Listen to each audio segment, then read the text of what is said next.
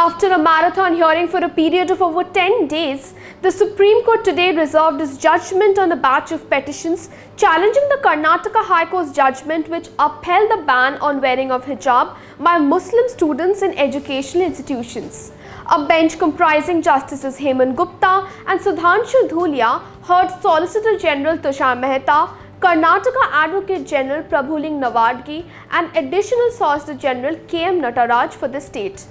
Senior advocates R. Venkataramani, Drama Sheshadri Naidu and V. Mohana appeared for the college teachers. The petitioner's side had concluded its arguments last Tuesday. We've covered in detail in our earlier videos the arguments advanced by the concerned parties as well as the courtroom exchanges that took place during the prior hearings. The link to these videos have been given in the description box below. Please don't forget to check them out. Making rejoinder submissions in the matter today before the Supreme Court, senior advocates Dushyant Dave and Huzaifa Ahmadi submitted that the arguments of Solicitor General regarding the involvement of Popular Front of India or the PFI are wholly irrelevant and are made to cause prejudice. They argued that no material has been shown on record regarding this.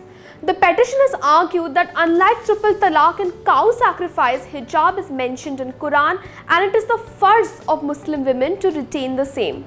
Further, it was contended that in the absence of the state showing that hijab affects the fundamental rights of others, any restriction on wearing of the same affects the freedom of conscience and the behavioral privacy of Muslim women. It also hampers their educational prospects, it was argued. In a previous hearing, the Solicitor General of India had alleged that till 2021, no girl student was wearing any hijab. He had further argued that an agitation was started by the Popular Front of India to create social unrest and that the students were made a part of this conspiracy. Addressing these particular arguments, Senior Advocate Dushyant Dave today said that he regrets that such allegations have been imputed sans any pleadings in this regard. He took the bench through the impugned circular of the Karnataka government to point out that there is no mention of any PFI activity and rather the circular cites observance of religious practices as a hindrance to unity and equality. Senior Advocate Huzaifa Ahmadi also submitted that the argument of PFI was not raised before the High Court and reiterated that such an argument had been introduced to create a prejudice. Senior Advocate Devadatt Kamath pointed out that though state made a grandiose statement that till 2021 nobody was wearing a hijab, there is no pleading on record in this context. Agreeing to such a submission, Justice Gupta said that in one of the writ petitions there is a mention that the petitioner was wearing a hijab. Kamath added that there is no counter affidavit disputing this fact. On the issue of whether hijab is an essential religious practice, Dave today submitted that for some people it is an essential practice whereas some are more tolerant. Elaborating further, Dave argued, and I quote, "Some people may wear it, that is the hijab, some people are more religious. It is an individual choice, that is why essential religious practice test was rejected long back. It was brought by backdoor." At this point, Justice Dhulia pointed out that it was the petitioner's own case that hijab is essential and that a specific prayer had been made in this regard. Responding to this, Dave today submitted that the High Court is to look at the law even if there is a specific prayer and that the High Court has to go by the Constitution.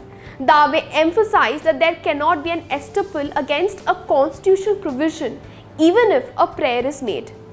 During prior hearings, the petitioners had argued that the wearing of hijab has been mentioned in the Quran and that whatever is written in the Quran is a farz automatically. On the other hand, the Karnataka Advocate General had referred to various Supreme Court judgments declaring that triple talaq and cow slaughter are not essential religious practices in Islam to argue that petitioners must show that hijab is an essential religious practice to claim protection under Article 25 of the Constitution. The Advocate General had also cited examples of countries like France or Turkey where hijab is prohibited to point out that Muslim women in those countries do not cease to be Muslims. Addressing this particular contention today, senior advocate Salman Khurshid argued that so far as France and Turkey are concerned, the ideologies of these countries are quite different from the positive secularism adopted by India. Pertinently, Khurshid today argued that the instant case is not limited merely to the issue of determination of essential practice, but also involves a violation of different aspects of privacy as laid down in the Puttaswamy judgment, such as behavioral privacy, which postulates a measure of privacy even while acting in a public place. He argued, and I quote, "Issue here is I use my behavioral privacy to wear something. If that exercise of right violates the competing right of another person, then it has to be balanced. But if it does not, then this behavioral privacy has to be permitted. The choice of appearance and apparel need not necessarily flow from Article 25, but also the judgment of privacy."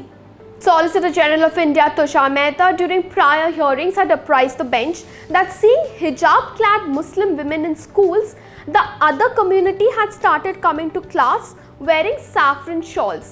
Thus, the government had to introduce the impugned circular in order to maintain discipline and public order in education institutes. Addressing this particular issue today, senior advocate Huzaifa Ahmedi submitted that the state had not pointed out as to which fundamental right of other students had been violated due to the female students wearing hijab in classrooms. Accusing the government of bowing down to pressure, he remarked further, and I quote, "Nothing has been shown. Why should anyone get provoked when a girl wears hijab? The suggestion that there was public order issue is puerile. It amounts to yielding to pressure groups and bullying, which is hardly a sign of good governance." Citing another example, senior advocate Kamath argued, and I quote again, "Let's take Solicitor Saffron example in reverse. A Brahmin boy wears a namam in a Muslim locality. Some students take objection and they start wearing green dress. Will the state then order, don't wear namam?" Significantly, senior advocate Ahmadi today underscored that the state should prioritize the education of girls and also pointed out to the bench that the Karnataka State Commission for Protection of Child Rights had written to the state in March stating that the hijab ban in educational institutions will result in dropouts. Arguing further, Ahmadi stated, and I quote, "It is strange that the state, which should be concerned about educating girls, is concerned more about discipline and is enforcing this, which can lead to denying education to girls. We have a slogan, Beti Bachao, Beti Padhao. Should it not be the priority of the state to ensure education of the girls rather than a misplaced priority on discipline which undermines autonomy and eventually results in the denial of education?"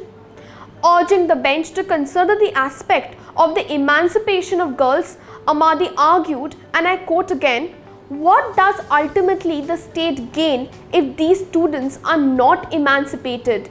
If these girls get a good education, tomorrow they can take a decision on how to dress. Education itself is empowering. This stopping can result in they going back to other education which is not secular. Don't stop this at the threshold."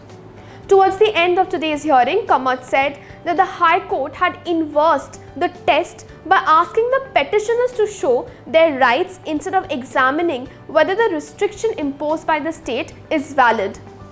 For context, usually there is presumption of constitutionality in favor of state action, and the initial burden is on the party approaching the court against it. He argued that if one keeps a photo of Krishna in his pocket and the state says that it is not permissible, then court should ask why is the restriction and not whether there is a right to keep the photo. Thank you. This is Aratrika Bhaumik for LiveLaw.